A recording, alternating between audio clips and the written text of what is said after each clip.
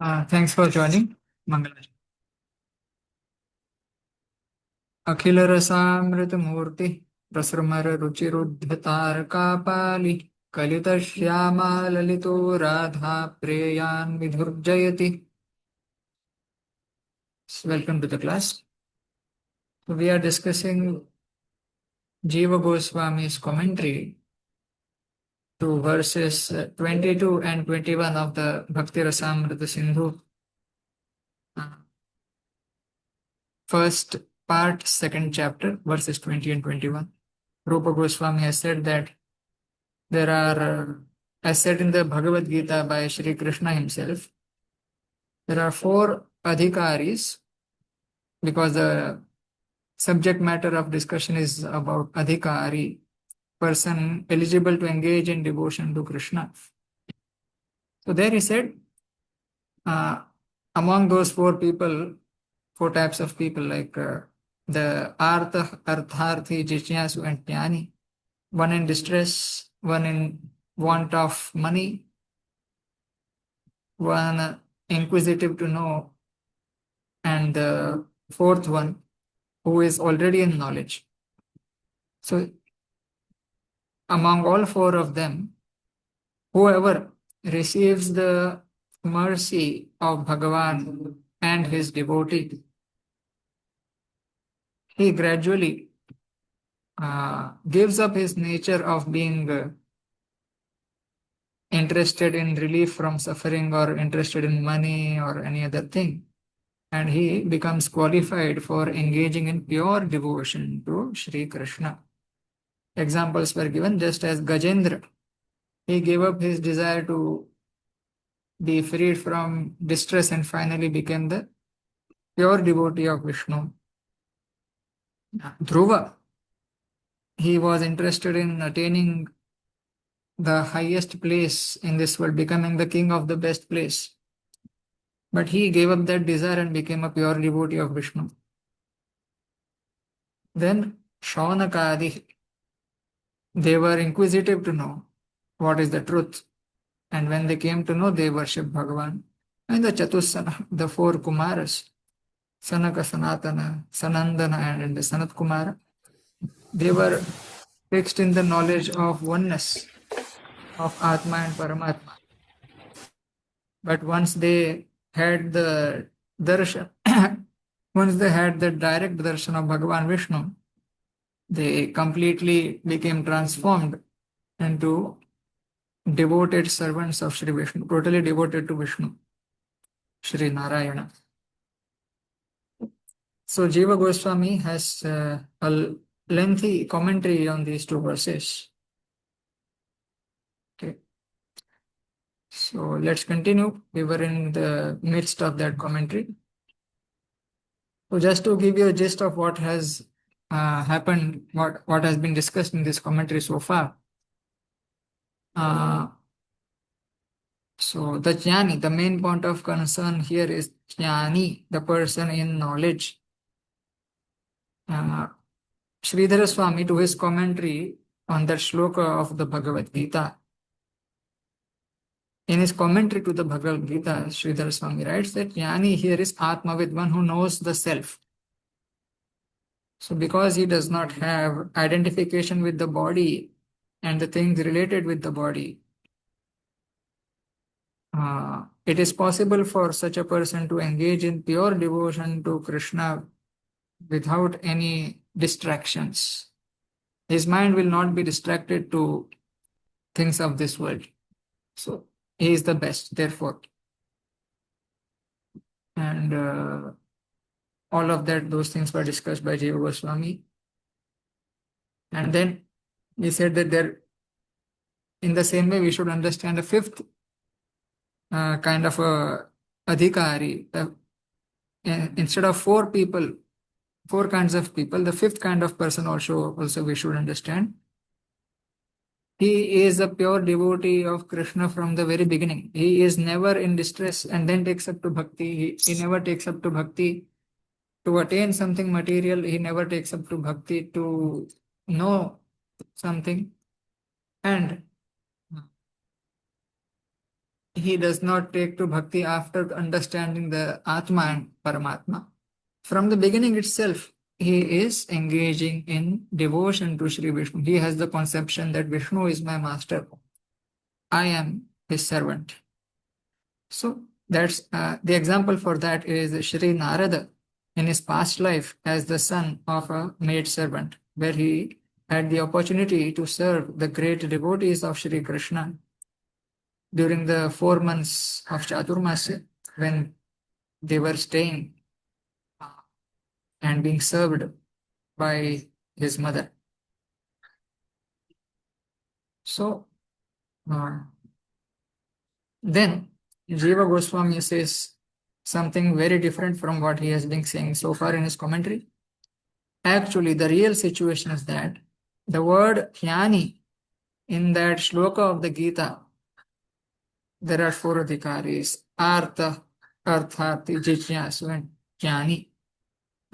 The word Jnānī there means Bhagavat Jnānī only. It does not mean the one who knows the Atma but does not know Bhagavan. It does not mean the one who has knowledge of oneness between Jivatma and Paramatma. It means Bhagavat Jnānī, one who knows Bhagavan as the supreme reality and he knows oneself in relation to him as his eternal servant. So that is understood by the word Jnānī in that shloka of the Gita. And then he justifies that with various shlokas of the Gita itself. That's why I have opened 2 windows side by side here for tracking the shlokas of the Gita also along with the commentary.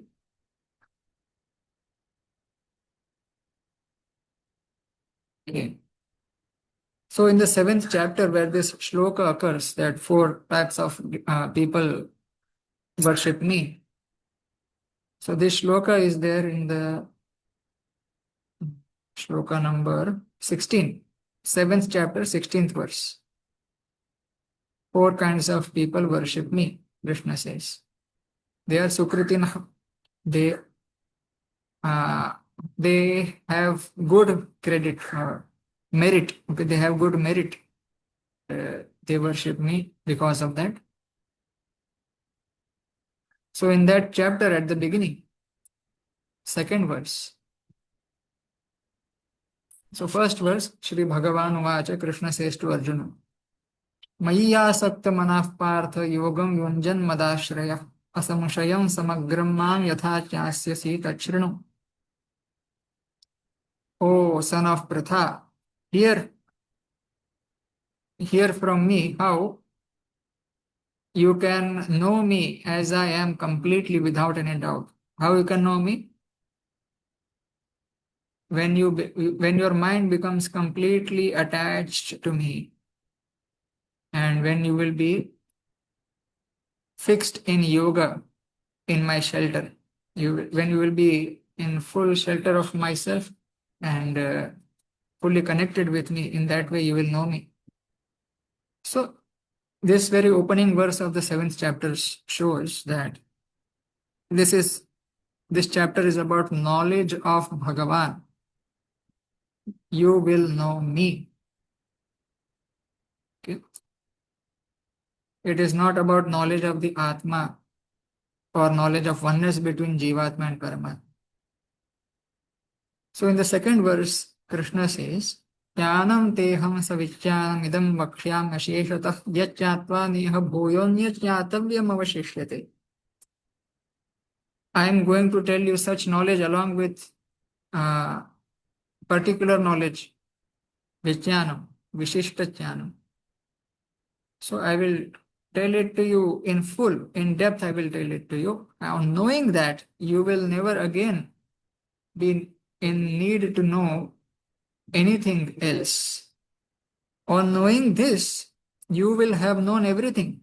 This is the characteristic of knowledge of Brahman, of knowledge of Bhagavan, the ultimate reality. On knowing that supreme reality, there is nothing else left to be known. So you know everything on knowing him. So this chapter is basically speaking about that knowledge, not limited, not knowledge of Jivatma, not knowledge of oneness of Jivatma and Paramatma, but knowledge of Bhagavan as the Supreme and Jivatma as subordinate to him. So then in the third verse, इत्युक्त्वा तस्य च ज्ञानस्य इत्यादिना आत्मज्ञानसिद्धेरपि दुर्लभत्वम् उक्त्वा. Third verse, मनुष्याणां सहस्रेषु कश्चिद् यतति सिद्धये यततामपि सिद्धानां कश्चिन् मां वेत्ति तत्त्वतः. O Arjuna, even a person who has attained perfection, even among them, hardly one may know me as I am. Hardly one knows me as I am, even among. So out of thousands upon thousands of human beings, one person endeavors to attain perfection. Okay. Out of thousands of those who endeavor for perfection, one attains perfection. Out of thousands of those who have attained perfection, hardly someone knows me as I am. So, here Krishna says that knowledge of himself is even rarer than attainment of knowledge of the self, Atma Jnana. If you know the self, the Jivatma, you are very lesser. Your knowledge is very insignificant in comparison to the knowledge of Paramatma. Means only the one who knows Paramatma, Shri Vishnu, actually knows the Supreme Reality. Okay. It is very rare for a person to have the knowledge of Shri Vishnu, to know Vishnu. Okay. That's what he says here. Again, this is stressing the point that the knowledge that is spoken of in this chapter is not the knowledge of the Jivatma or oneness of Jivatma and Paramatma, but it is knowledge of Bhagavan, Shri Krishna. That is the word Jñānī. That's what it means, the word Jñānī. So then he describes the eightfold material nature. भूमिरापो नलो वायु खम मनो बुद्धिरेव च अहंकार इतीयं भिन्ना प्रकृतिरष्टधा. So Krishna says, this is my separated Shakti. The Shakti which is separate from me, constitutes of the five universal elements: earth, water, fire, air, and space, along with the three subtle material elements, the mind, intellect, and ego. So these 8 constitute his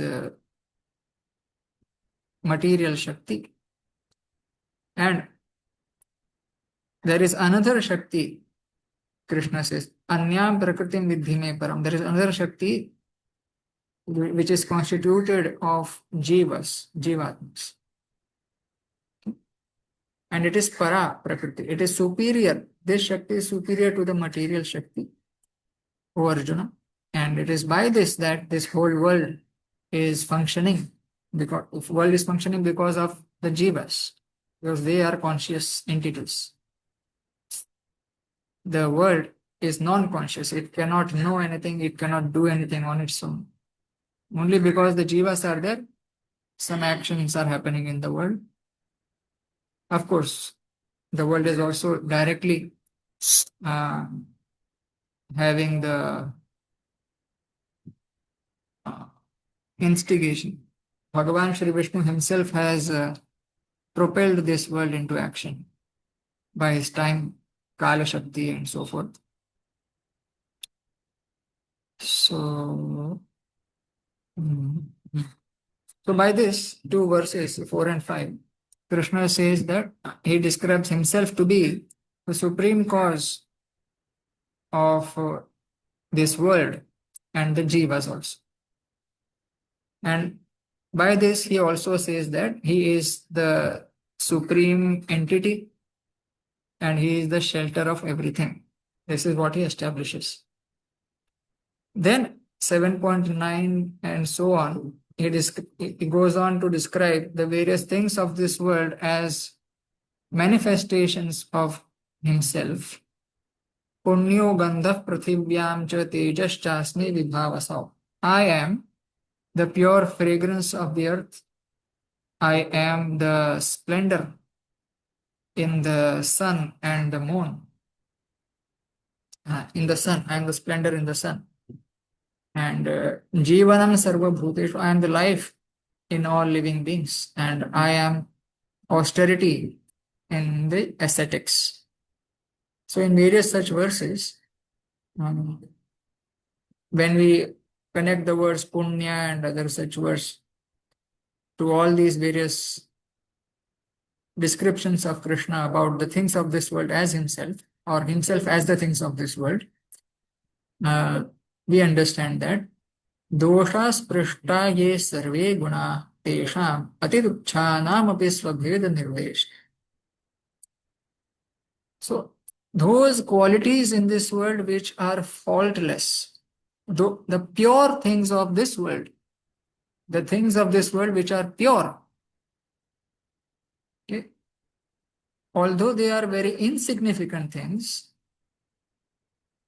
Krishna describes them as not different from himself. Okay? Swabheda nirdeshena svaguna chavimayatvam darshayitva.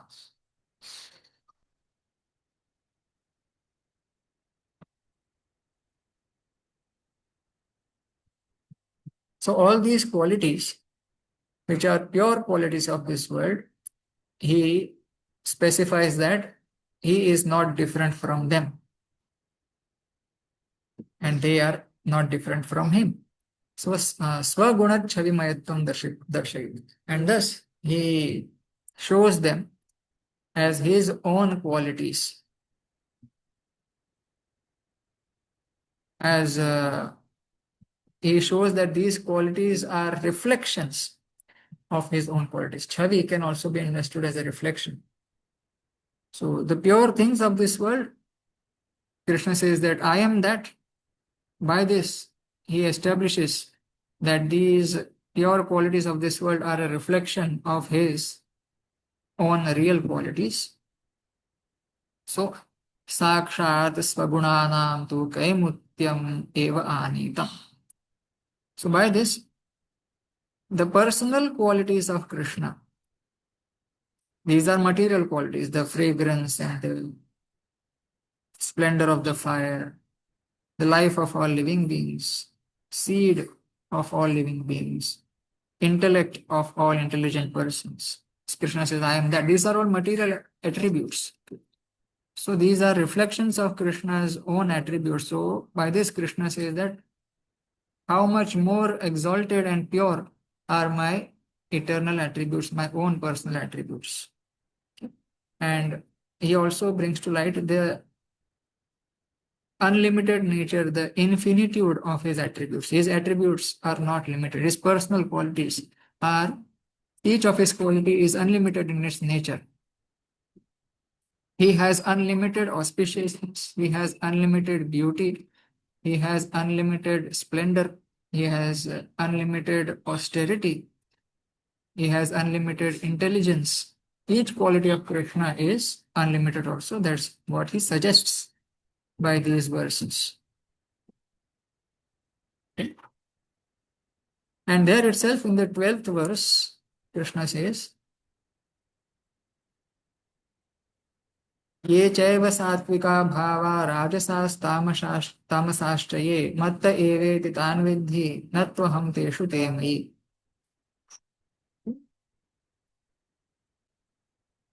So, there Jiva Goswami explains that Ityanena Maya Gunas Prashta Gunatvam Darshal. What does this verse mean? Krishna says that all the sattvika things of this world, the pure things of this world, and even all rajasika and tamasika things of this world, they are from me only. They appear from me only, they exist in me only, they are because of me only. Mattah eva iti tan vidya. You should know them as such, as being, as belonging to me, as manifesting from me. Natu aham teshu te mayi. However, I am not present in them, but they are present in me.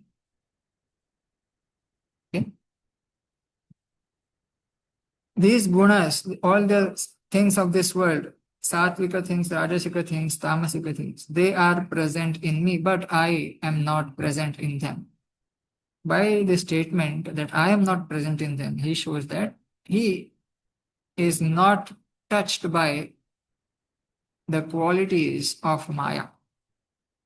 The qualities of the things of this world do not have any influence over Krishna. He is not connected directly with the things of this world. The faults of the things of this world are not his faults. That's what it implies. But everything is in him because everything is manifesting from him. He is the source of everything. All good and bad things are coming from Krishna, the Paramatma. So by this he shows that I am not touched by the gunas of Maya. Sattva, Rajas, Tamas do not touch me. The things of this world do not influence me. तदेवं भेदेऽपि लब्धे यदुत्तरत्र बहूनां जन्मनाम् इत्यादौ वासुदेवः सर्वमिति ज्ञानवान् मां प्रपद्यते इत्यत्र प्रतिपाद्ये यद् अभेदः इव श्रूयते तत् खलु सूर्यतद्रश्म्यादिवत् वासुदेवात् सर्वं न भिन्नः सर्वस्मात् तु वासुदेवो भिन्नः इत्येव संगच्छते. Okay? So this verse indicates there is a difference between this world, the things of this world, and Krishna. The things of this world, sattvika, rajasika, and tamasika things, they are different from Krishna, different from the Paramatma. They belong to him, they are manifest from him, but they are not one with him. So although there is the indication of difference, there is the understanding of a difference between the worldly things and the Paramatma. Bhagavan in the 19th verse says, Bahunam janmanam ante jnanavan mam prapadyate Vasudeva sarvamiti samhatma sudurlabha. After many, many births, one who has knowledge approaches me, surrenders himself to me. What kind of knowledge he has after many births? The knowledge that Vasudeva is everything. Shri Vishnu is everything. This kind of knowledge one develops after thousands of births, many births actually. So there is an apparent non-difference between Krishna and everything in the world. So in the 12th verse, we understood that the things of this world are different from Krishna, from the Paramatma. And here it appears to be that there is some kind of non-difference between Krishna and the things of this world. Vasudeva Sarvam. One understands that Krishna is everything. There is non-difference here. So this, which appears to be like a non-difference, is actually the kind of non-difference between the sun and its rays and its light. The sun and the sun ray, they are different but also the same because they are of the same nature. In the same way, Bhagavan Shri Vasudeva and everything else are different as well as the same. So, Surya Tadrashnyadivat Vasudevat Sarvam na Bhinnam Sarvasmat Vasudeva Bhinnam. Just as the sun is not different from the sun, sorry, just as the ray of the sun is not different from the sun, in the same way, everything of this world is not different from Vasudeva, from the Paramatma. I'll repeat. Just as the ray of the sun is not different from the sun, in the same way, the things of this world are not different from Vasudeva, but Vasudeva is different from everything.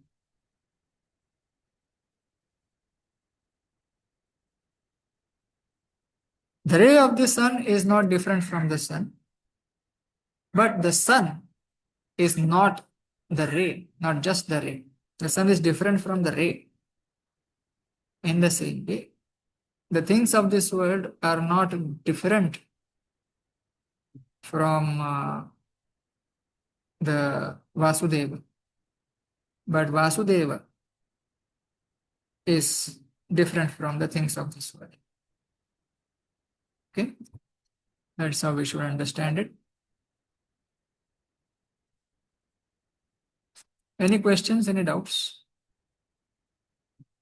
any comments?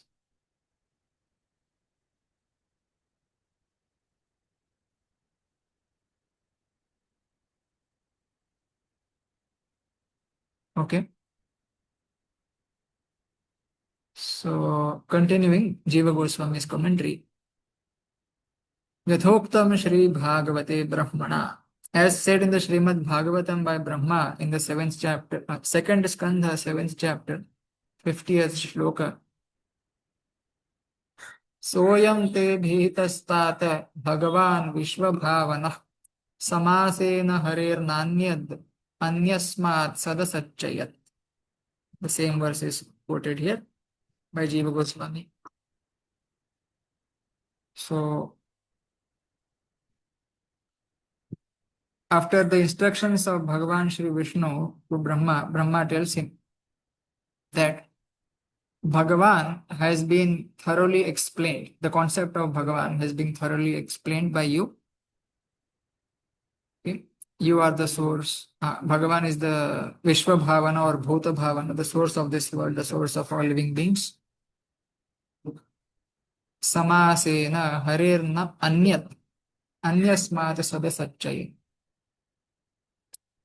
There is nothing different from Vishnu. There is nothing other than Hari in this world. There is nothing other than Shri Vishnu in this world.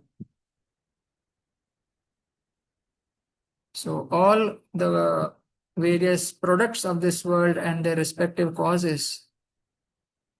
So my body is caused by my parents. My parents' body was caused by their parents, and so on and so forth. This wood, I am sitting at a table. This table is made up of wood, and this wood is made from some trees, and those trees were born from seeds.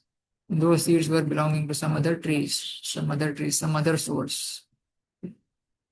So if you trace back everything in this world, it will ultimately come to Bhagavan Vishnu, and thus there is nothing else than Bhagavan Vishnu in this world, because everything has come from him.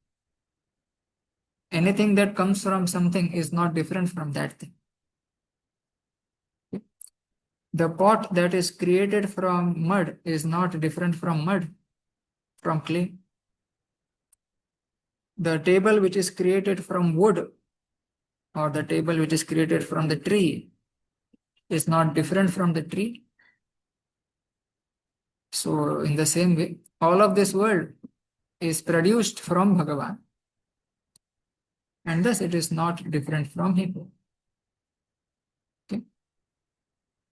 So that's what Brahmaji tells to Vishnu, Shri Narayan,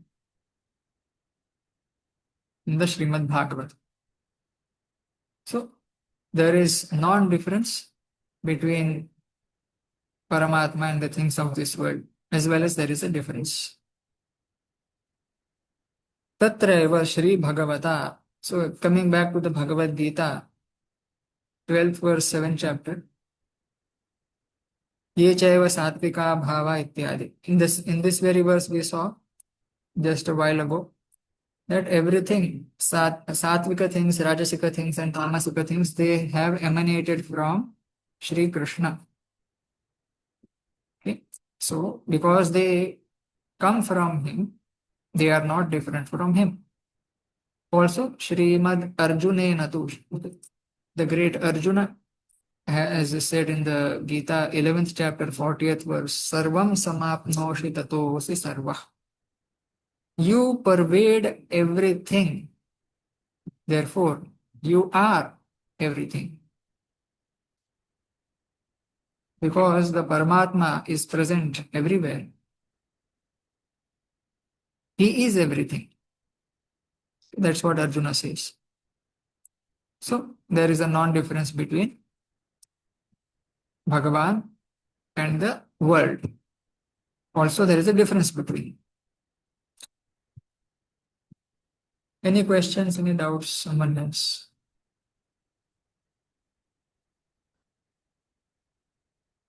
Okay. So, continuing commentary. यस्मादेव च एवं भूतज्ञानवान् यः स मां प्रपद्यते इति प्रपत्तिरेव प्रोक्ता यतो वासुदेवः सर्वम् इति मायागुणातीत बाह्याभ्यन्तरानन्त महागुणगणालङ्कृतः सः अहमिति स्वज्ञानमेव निर्दिशन् स्वस्य भजनमेव निश्चिकाय. So in these shlokas of the Gita, Krishna says, one who knows the things of this world in the way I have told you, evam bhuta jnanava. Only because one knows the things of this world as created by me, as having me as their source. Because one knows this, he takes shelter of me. He falls flat on the ground before me. He surrenders to me. He offers himself to me. That is the meaning of prapatti, offering oneself to Krishna. Surrender in English often has a negative connotation, like police will chase a criminal and then say, freeze or hands up, surrender. Surrender yourself. Do not fight. So that is not the kind of surrender which is intended here. So prapatti means complete falling down in front of Krishna. It means total offering of oneself to Krishna. That is called Sharanagati. Mamevaya prapadyante mayamitam tal. That is prapatti. Yasmadeva cha evam bhutajnanavan. Because only because one knows the things, one knows that everything in the world has come from me, one offers one's own self to me. Where is it? This prapatti said. Prapatti is here. Bahunam janmanam ante. Yeah. Bahunam janmanam ante jnanavan mam prapadyate. One offers oneself to me after many births. Vasudeva sarvam. On knowing Vasudeva is everything. So, and because Vasudeva is everything, because one knows this, that Vasudeva is everything, what it points to is that Krishna is telling that I am that Vasudeva. Maya gunatit, I am transcendent to the gunas of Maya. Bahyabhyantara ananta mahagunaganam. I am decorated with many, many wonderful great qualities, both internally as well as externally. That is me, one who understands me as such, as Vasudeva, who is everything. Then one actually surrenders to me, one offers oneself to me. It is Svajnanameva Nirdishan. In this verse, Krishna is mentioning knowledge of himself, knowing him only. Vasudeva means Krishna. So Krishna says that one who understands Vasudeva is everything means one who knows I am everything. One who knows I am everything. And he is actually the best. Sa Mahatma Sudurlabha. He is extremely rare person in the world. And in this way, Swasya Bhajanam Eva Nishchikaya, he has ordained devotion to him in these verses of the Gita. Offering oneself to him means engaging in devotion to him, engaging in bhakti unto him. Swasya Bhajanam Eva Nishchikaya. He has clarified that one becomes his pure devotee when one knows this. Atha. Then, Chaturvidha ityadi padyanam cha ayameva artha. So now, we have understood what the Jnānī means. Jnānī means Bhagavat Jnānī, the knower of Bhagavan. Does not mean Atma Jnānī or someone else. So then, in that verse of the Gita, 16th verse, Chaturvidha bhajante ma. So the meaning of these verses, 16th and 17th, is as follows. Jiva Goswami then comments on them. Artah, the person in distress, means dukkhanechuho. One who wishes to remove his suffering is artha. Artharthi, sukha praptichu. One who wishes to attain happiness, he approaches Krishna. Sajat vividha.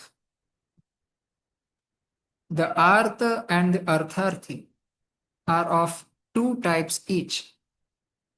The person who wishes to get rid of his suffering is of two kinds, and the person who wishes to attain happiness is of two kinds. What are those? Parichinna parichinnatva drishti bhedena. A person who wishes to get free of suffering is of two kinds. He who has limited vision and he who has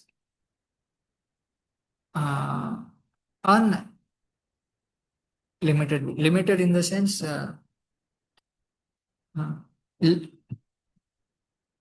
limited understanding. Aparichinna means he is not narrow-minded. He is broad-minded. Aparichinna to drishti bhed. So basically a person with a narrow mind and a person with a broad mind. Two kinds of people desiring relief from suffering. Two kinds of people desiring attainment of happiness. See, one having a narrow mind and the other having a broad mind. Aparichinna drishtische tattadartham kaschit tattva jñāsurapi bhavati. If this artha or artharthi is aparichinna drishti, if he is broad-minded, if he is of the broad-minded category, then for relieving his suffering and for gaining happiness, he will have a little desire to understand the truth. Tattva jñāsurapi bhavati. Kaschit. He will have a desire to understand the truth. So, artha is of two kinds, narrow mind and broad mind. Artharthi is of two kinds, narrow mind and broad mind. So, if the artha or artharthi is of a broad mind, then for gaining freedom from his suffering or for gaining happiness, he will become interested in knowing the truth, and thus he will become Jijñāsu. Arto Jijñāsurarthat. व्यतिक्रमेण उक्तिः आर्तिहानेच्छानन्तरमेव च जिज्ञासा जायते इति.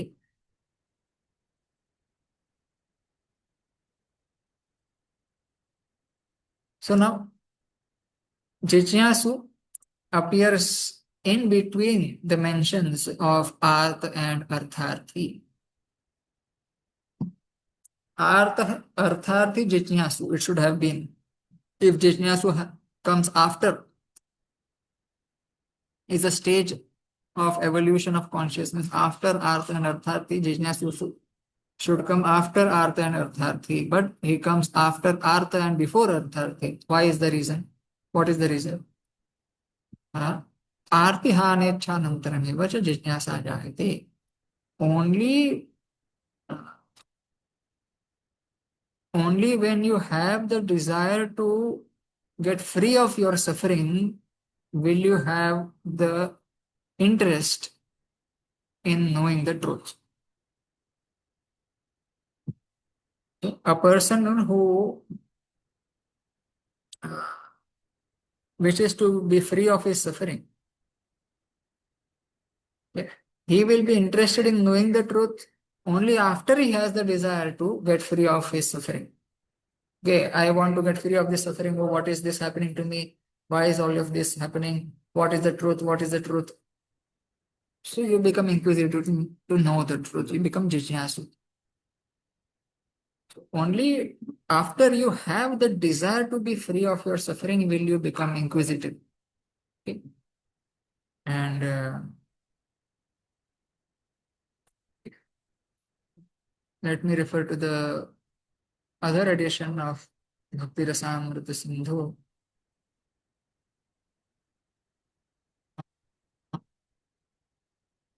It seems that something is missing there.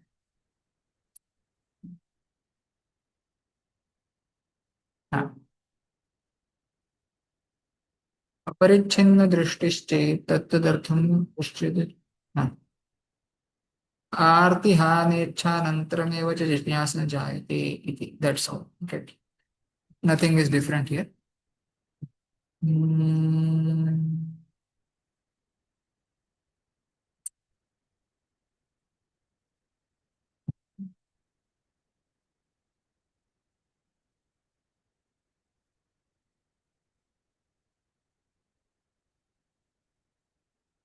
Arthi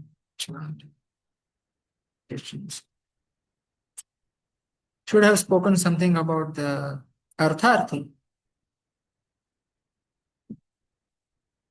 So if one becomes inquisitive to know the truth after one has a desire to get free of suffering, then also one becomes inquisitive in knowing the truth after one has the desire to attain the happiness. Perhaps I'm not sure about that because the commentaries do not have that statement. Still, there's something seems missing because Vyatikramena Uktihi, reverse order of mention of these people is the reason is as follows. Artihani Chanan. So let's leave it there. We have understood whatever was there to be understood. Jñānī purvokta prakaraka shabda jñāpan. The word Jñānī, Jñānī cha bharatarshava. It means, as stated earlier, Shabda Jnanavan, one who has the Shastric knowledge, not direct realization. It does not have a direct experience of Bhagavan, but from the Shastras, he knows the truth, knows the Tattva. So this Jnani is of three kinds, he says. Such a Trividha. Tadrisha Aishwarya Madhurya Tattan Mishratva Jnana Bhede. So Jnani is of three kinds. He knows Bhagavan from the Shastras, but still he is of three kinds. What are those? He has the knowledge of the greatness of Bhagavan, of the lordship of Bhagavan, that he is the master of everyone, the ultimate source of everyone, the controller of everyone. That is Aishwarya Jnanavan. He has the knowledge of the majesty, the greatness of Bhagavan. Second kind of Jnani is Madhurya Jnanavan. He has the knowledge of the sweetness of Bhagavan, the sweetness of his qualities, that he is so kind to his devotees, the sweetness of his leelas, the charm of his form, the charm of his leelas. Okay? So that kind of knowledge one has, Madhurya Jnana. And third kind of Jnani is Tattan Mishratva Jnana Bhedena. One who has the mixed knowledge of his greatness as well as his sweetness. So in this way, three kinds of Jnani are there. Three kinds of knowers who have Shastric knowledge of Bhagavan are of three kinds. Okay. So now, in the 16th verse, Krishna had also said, Chaturvidha bhajante mam jana sukritanah Arjuna. Arjuna, four kinds of Sukriti people, those who have good merit, come to me, they worship me. What is this good merit? Sukritam Bhakti Vasana Hetu Mahat Sangadi Mayam Vidyate Yesham Te Tatra Adyeshu Trishu Sukritasya Sandeha Iti Yadi Sukritaste Tada Bhajante Ityartha चतुर्थे तु निश्चयः यतः असौ सुकृतित्वात् जातज्ञानः ततो भजते एव इत्यर्थ. So, what is the sukritam, good merit here? Good merit here is the association. Good merit is constituted of the association of great Vaishnavas, great devotees of Krishna. So, this good merit in the form of association of the great devotees of Krishna, which is the cause of bhakti vasana, which is the cause of impressions of bhakti in our mind.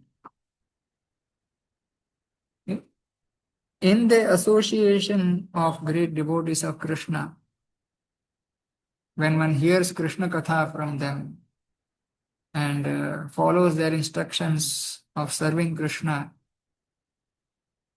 one develops samskaras of bhakti, mental impressions in the mind regarding bhakti. So whatever we say, whatever we think, whatever we do, with whomever we associate with, leaves an impression in our minds. That impression is called samskara. Another word for that is vasana. Vasana. So, the impressions, the vasanas of bhakti are imprinted in one's mind because of the association of great devotee of Krishna. So, one who has sukritam in this form, one who has this good merit in the form of the association of great devotees, they become inclined to serve Krishna and engage in his devotion. Among these four, if you are distressed, if you are in need of money, if you are inquisitive to know the truth, and if you already know the reality, the truth, so for these three people, in distress, in need of money, and inquisitive to know the truth, they will become interested in Krishna Bhakti, they can be engaged in Krishna Bhakti when they are having Sukriti, when they have Sukriti. when they have the association of great devotees of Krishna. Okay. Otherwise, they do not become devoted to Krishna. These three kinds of people, Artha, Artharthi, and Jijnasu, they do not become devoted to Krishna unless they have this good merit in the form of association of a great devotee of Krishna. Okay. आद्येषु त्रिषु सुकृतस्य सन्देहः इति यदि सुकृतस्ते तदा भजन्ते. So there is a doubt regarding these first three categories of people being sukriti, being possessors of good merit. It means that only if they have this good merit of association of great devotee will they be engaging themselves in devotion to Krishna. They will worship Krishna only if they have association of good, great devotee of Krishna. See? So, regarding the fourth kind of person, the Jnānī, there is no doubt. Chaturthe tu nischaya. The Jnānī indeed is a Sukriti person. He is, by his nature, having this good merit of association of great devotee of Vishnu. Okay? That is only because of his association with a great devotee of Krishna did he develop such kind of knowledge of Krishna, such kind of knowledge of Bhagavan he developed. Why? What was the reason? What is the cause of that knowledge? He is a Jnānī. What is the cause of his being a Jnānī? The cause of his being a Jnānī is his association with a great devotee of Krishna. There is no doubt that a Jnānī is having this good merit. Okay? So there is a doubt regarding these previous three people, whether they have good merit or not. So if they have this good merit, only then they will approach Krishna and serve him. But Jnānī is, by its definition, having good merit. So,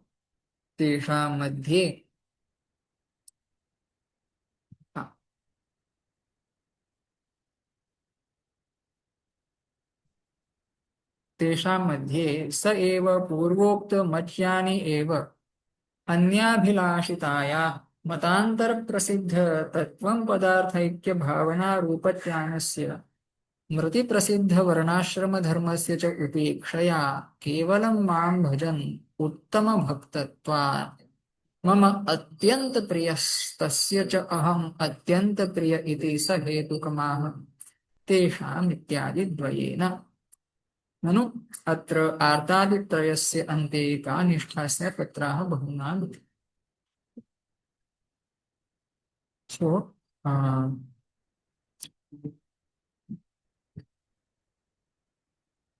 this Jnānī who has knowledge of Bhagavan because of his association with a great devotee of Krishna,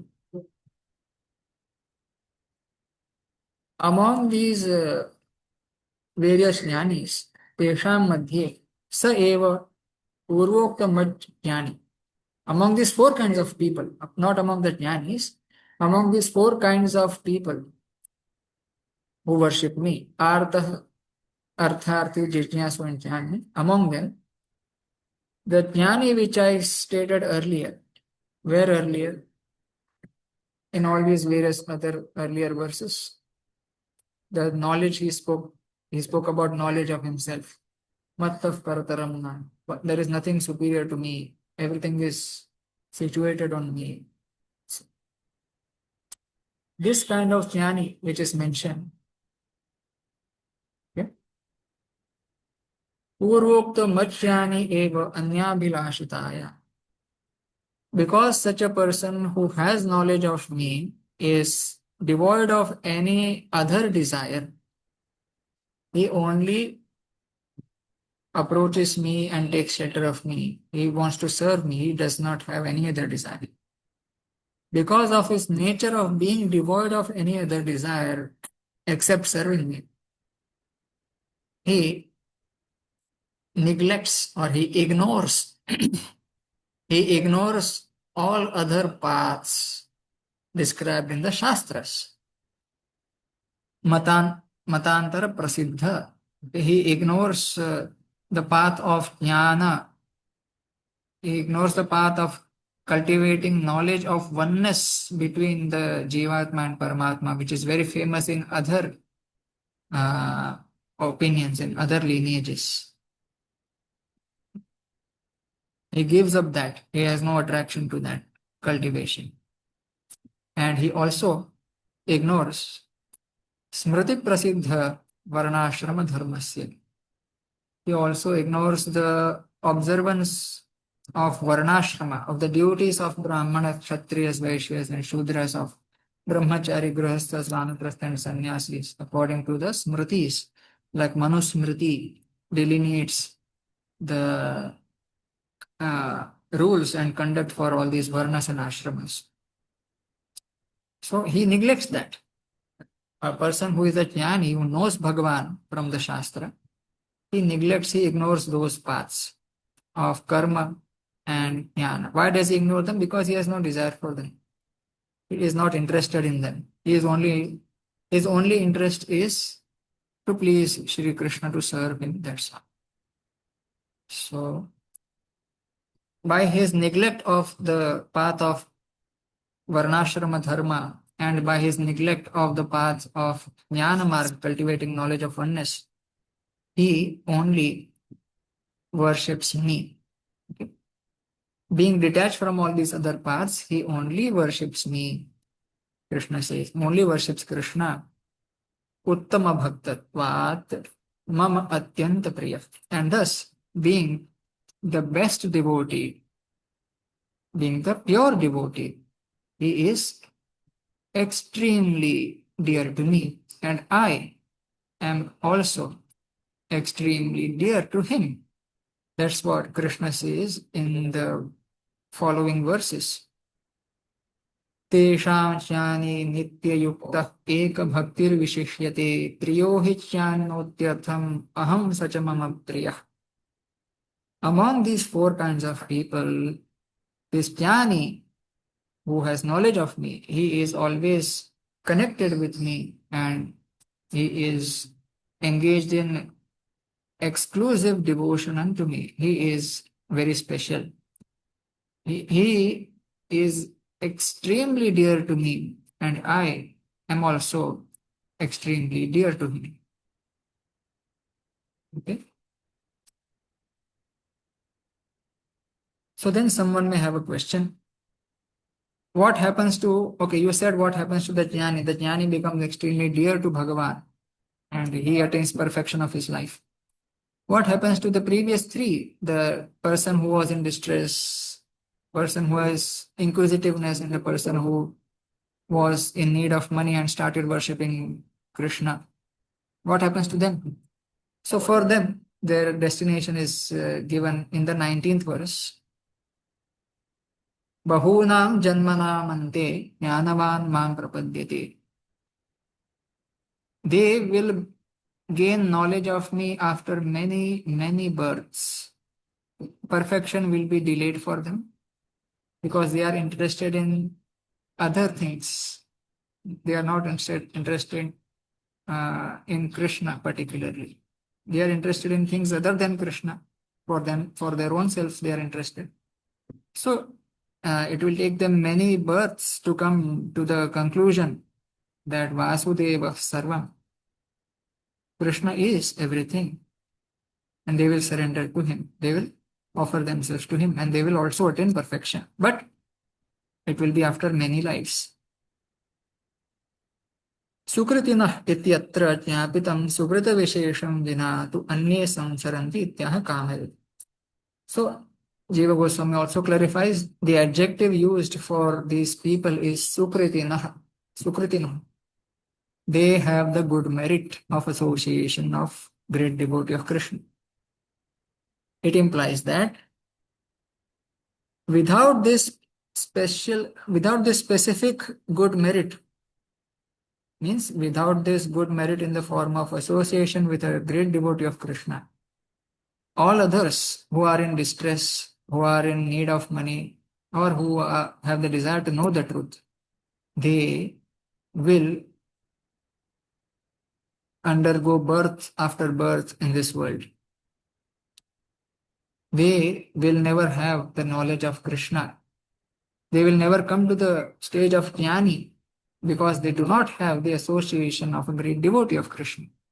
So then they will never worship Krishna, they will never come to him. Because of that, they will keep on taking birth after birth in this world, being bewildered by their desires. That's what Krishna says in the Gita, Kamaistaistir the 20th verse. Kamaistaistir hritashyanah prapadyantenya devata tam tam niyamamasthaya prakrutya niyata svaya. Their knowledge being taken away by their desires, they take shelter of other gods. Other gods means like the sun god, like the Shiva, Bhagavān Shiva also, like Ganesh, like Ganapati, any other god except Vishnu. So these people, if they do not have Sukriti in the form of association with great devotee of Krishna, their minds are bewildered by their desires, and to fulfill their desires, they take shelter of other devatas, but they do not come to me. When will they come to me? Only when they have the association of a great devotee of me. That's what Krishna says.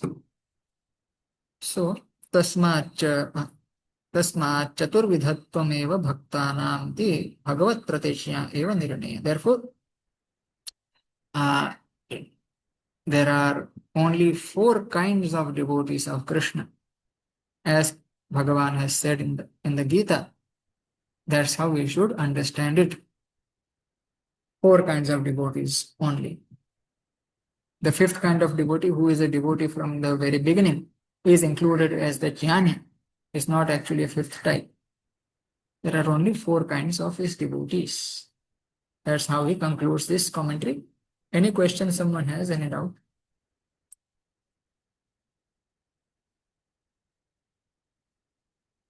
Okay, so let's quickly discuss the commentary of Vishwanatha Chakravarti on these 2 verses, which is very small commentary in comparison. So, Chaturvidha bhajante mam jana sukritano Arjuna.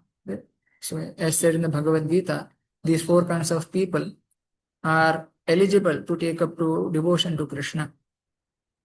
And these descriptions of these 4 people are their condition before taking up to pure devotion to Krishna. Before becoming a pure devotee of Krishna, that was their condition. So before Dhruva became a pure devotee of Vishnu, he was interested in attaining a very high material thing. Before Gajendra became Vishnu's devotee, he was interested in removal of his misery, being caught by the crocodile. Okay, so that is their condition before attaining the stage of pure devotion to Krishna. Tatra iti ibha Gajendra Bhagavato Madhuryam Prapya Lubdha San Artinashecham Vihaya Paschati Shuddha Bhakto Babhuva. So among these 4 kinds of devotees, the example that Rupa Goswami gives is of the elephant Gajendra, who was in distress, and he called out for Bhagavan. And then on experiencing the sweetness of Bhagavan Shri Vishnu, he became attracted to him, and he gave up his desire to get rid of his suffering. He gave up his desire to be free of his suffering. And then he became a pure devotee of Shri Vishnu. In the same way, Shaunakadi Muniganaha Sutasangat Swargechadikam Vihaya Shuddho Bhakto Bhut. The group of the sages led by Shaunaka in Naimisharanya. He says they had the desire to attain Swarga by their yajnas, by their Vedic sacrifices, which they were doing there. By that, they wanted to attain Swarga and other such things. But because of their association with Suta Maharaj, who was a pure devotee himself, a great Vaishnava, great devotee of Krishna. Because of Suta's association, all these munis headed by Shaunaka, they became pure devotees of Sri Krishna, influenced by the association of the great devotee of Krishna in the form of Suta. Okay. Also, Dhruva, by Bhagavan's mercy, he gave up his desire to attain that supreme kingdom which he desired so, and then he became a pure devotee of Bhagavan. In the same way, the four Kumaras, Sanakadi, by the mercy of Bhagavan, by having the merciful darshana of Bhagavan, and influenced by his the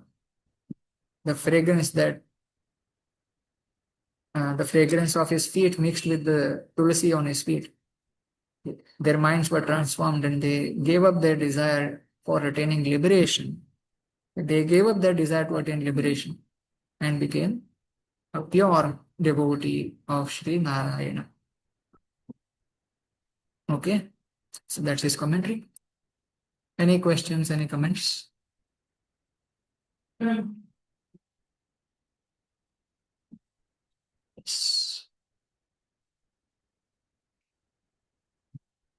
Okay, so let's end our class here for today.